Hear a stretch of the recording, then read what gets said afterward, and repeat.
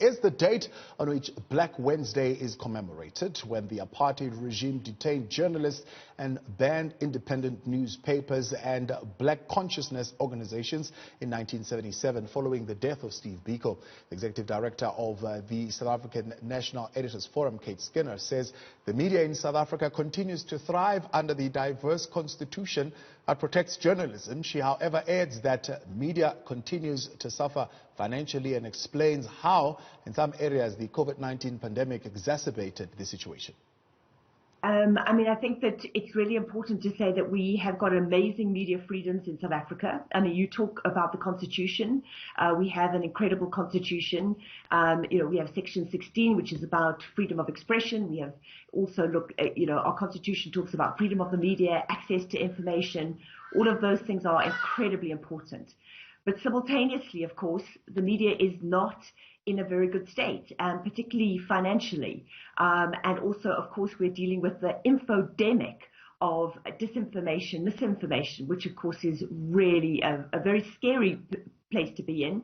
And also, we need to look at the fact that, the financial issues, the misinformation, disinformation issues are international. It's not just South Africa. And, of course, that deepens things. And I think where the weaknesses were already in the media sector, those were exacerbated. So if you look at the print media sector, we had, magazine companies, the whole company closing down. We had a lot of tiny little media publications across the country closing, 80 of those, in small towns. And I think also the other thing to say is that, freelancers have had an incredibly difficult time. So those kind of vulnerable sectors of the media have been particularly badly impacted on by COVID. All right, let's talk more about that. Joining me now to talk about that is, of course, the Secretary General of SANEF, Mahlatsi. Mahlatsi, good evening, and thank you very much for joining us. There have been a number of events as we come up to this 43rd anniversary of Black Wednesday that we can cite that involve the media and journalists in the country. For example, book launches being invaded and disrupted, certain journalists being kicked out of certain media conferences, but we've also seen media practitioners being mentioned at the state capture inquiry, for example. Would you say we're in a better position today in terms of our journalism than we were in the apartheid era days? Good evening, and thank you very much for having us. I think that the relevance of the media of then and now were slightly different. I think we heard today from the likes of Dr. Joe Klolwe, who was saying in that era, you were either for or against apartheid, and the media carried a lot of responsibility in exposing the brutality of the apartheid regime, and also just telling the story of an oppressed South African. I think right now the challenge we have is trying to tell the story of a South African, and it's a very different story to then. Yes, in terms of our constitution, media freedom is guaranteed, and South Africans are enjoying their freedoms, but we are finding ourselves in really difficult times when it comes to our economy, when it comes to access, when it comes to equality in general. I think that the South African media has played quite a critical role in the past decade or so. I mean, we look at the work that we have done in terms of investigative journalism, and the reason why we have the state capture inquiry right now, it's because of the incredible commitment of journalists doing it and doing those reports at risk to themselves. Because, we forget very quickly, but a few years ago, we had a lot of journalists that needed security guards around them as they were doing the Gupta Gate and as they were going through those emails. We are continuing to see journalists being attacked, and sadly, by the very communities whose stories that they're trying to tell. And then, of course, we still have the police who often are also acting out of the constitution when they actually we find that police are harassing journalists. Yeah. Talking of communities enjoying the freedom, what media has come with now is social media, where there is a lot of freedom being enjoyed by a lot of people at this time, where you find that there's a lot of criticism also being leveled at our journalists, and they're actually not enjoying a free time on that platform.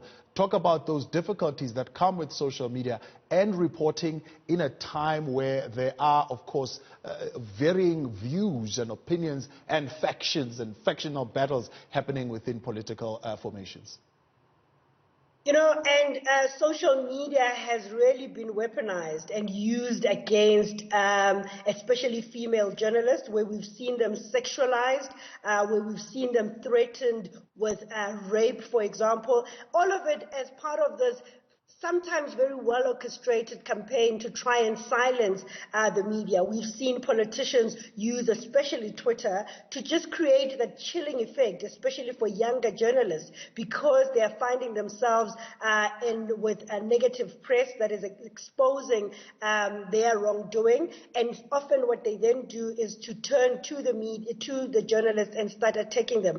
I think that it's unfortunate and really sad that we have seen people that are supposed to be members of parliament protecting and upholding our constitutional values, then acting and using social media to attack and to try and silence journalists. And it's really, really quite a painful thing to watch. As I said, you know, using social media to attack especially female journalists and sexualize them.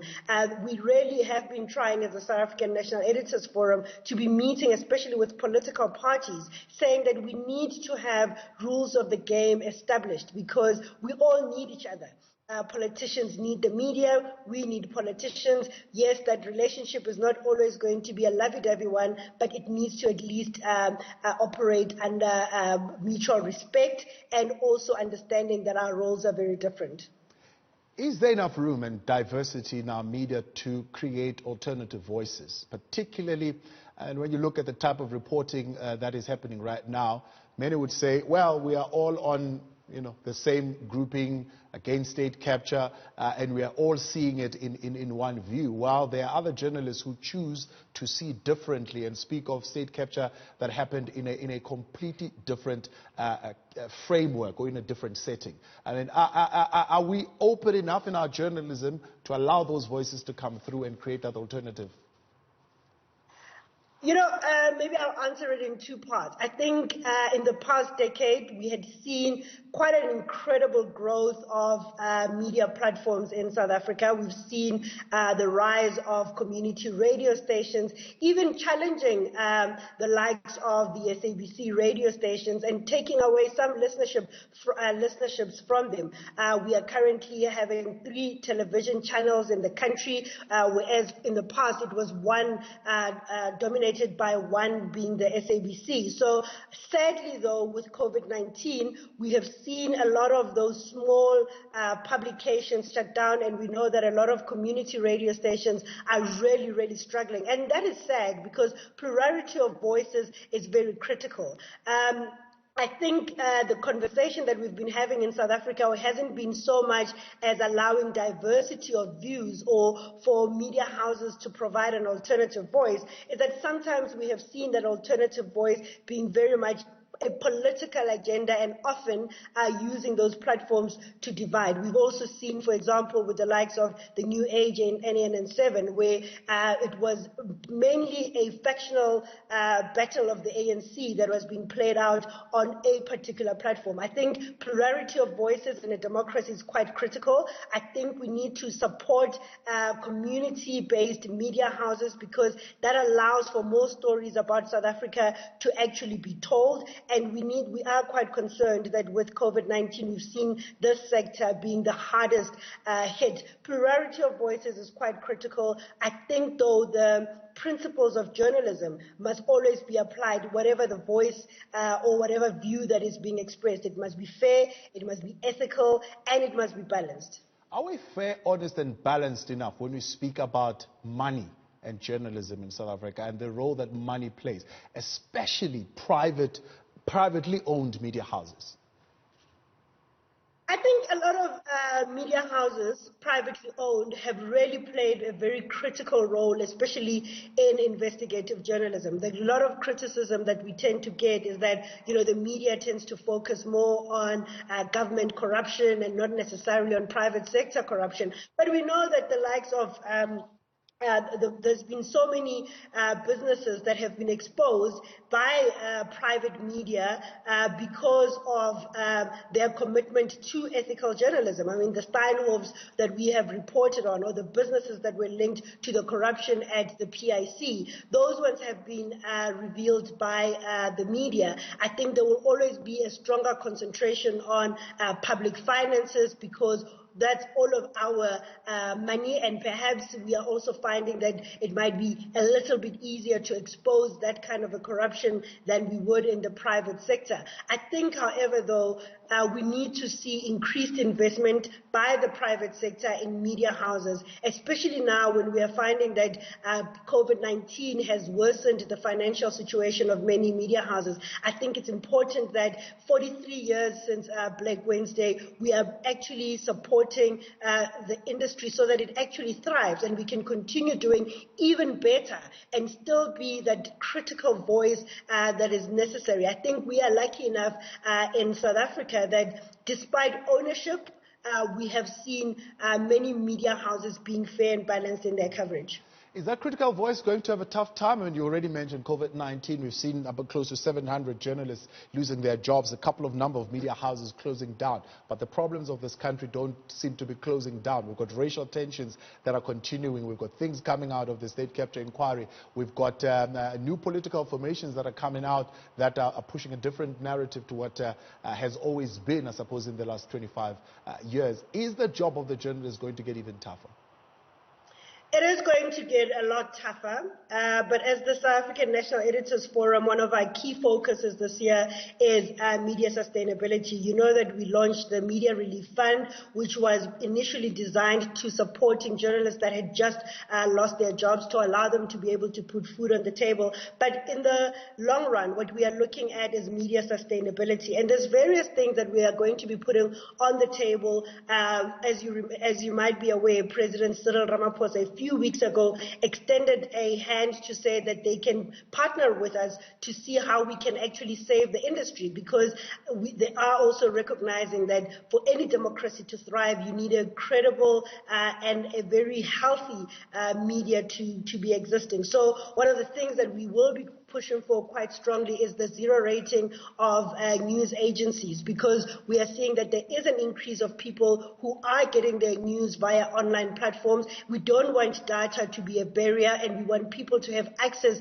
to information, and that's one of the projects that we will be doing. But beyond that, we are going to be looking at other ways so that we can ensure that that critical voice is not threatened. As you say, it's a tough time for South Africa. Racial tensions are now simmering again. Things like more and more revelations are being made at the state capture. But more importantly, we are seeing a very depressed economy. That means devastation for a lot of South Africans. And we need to be able to tell that story. And just having heard from President last week around the recovery plan, you need a media that's going to be able to track that and see if there's any truth or any action to what he has actually promised us. So it's a long way forward. It's been a tough year all round, but I think that with what we've been able to gather, we can actually help save the industry.